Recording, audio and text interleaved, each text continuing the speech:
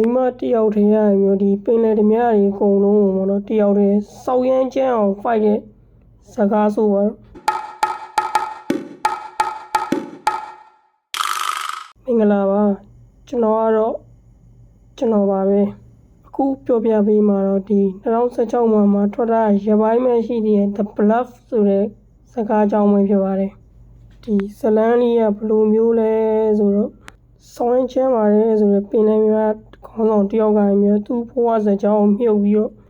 ချုံတချုံမှာအေးစေးသွားနေတဲ့အခိုက်အတန့်ကနေပြီးတော့ဗောနော်ရွှေတွေကိုကြော်ခွလုပ်ခဲ့လို့ဗောနော်ဒီအကျွေးလာပြန်တောင်းခံရတဲ့စကားပေါ့ပင်လယ်ဓမြဆိုပြီးတော့ဒီယောက်ျားတယောက်လို့ထင်နေရင်တော့မှားအောင်ပါဗောနော်မိန်းမတယောက်တည်းရရင်မျိုးဒီပင်လယ်ဓမြတွေအကုန်လုံးကိုဗောနော်တယောက်တည်းစောက်ရမ်းကျန်းအောင် fight တဲ့စကားဆိုပါတော့ဒီစကားရဲ့အကြောင်းကိုအချင်းချုပ်ပြောရမယ်ဆိုလို့ရှိရင်စောက်ရမ်းကျန်းတဲ့ပင်လယ်ဓမြမိန်းမခေါင်းဆောင်တယောက်ကပေါ့ဒီသူ့ယောက်ျားနဲ့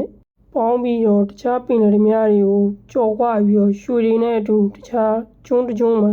စက်မြုံနေအောင်ကန်ကစိုးကျင်တော့ဗောနော်ဒီသူတို့မွေးလာတဲ့ကလေးကကျမ်းမာကြီးမကောင်းဘူးဒီနေ့မှာတော့သူကလေးရဲ့အဖေရရင်ပြီးတော့ဒီသူ့သားကျမ်းမာကြီးမကောင်းလို့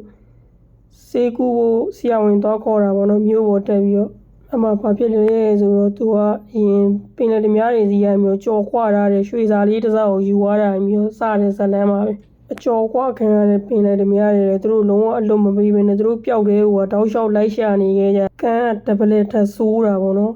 အဲဒီကလေးအဖေကိုတင်မောပေါ်မှာရွှေစားနဲ့သွားတွေ့ရအောင်ကလေးအဖေကဖမ်းခံရပြီးတော့ဒီပင်လယ်ဓမြတွေရပြီးတော့ကလေးအဖေရဲ့အသက်နဲ့ဒီ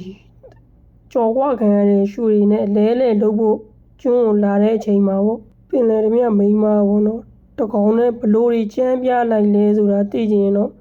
Telegram မှာသာရှာပြီးတော့သာကြည့်လိုက်ကြပါတော့ဗျာနောက်ဗီဒီယိုမှာထပ်တွေ့ကြတာပေါ့ဗျာဒါပါပဲ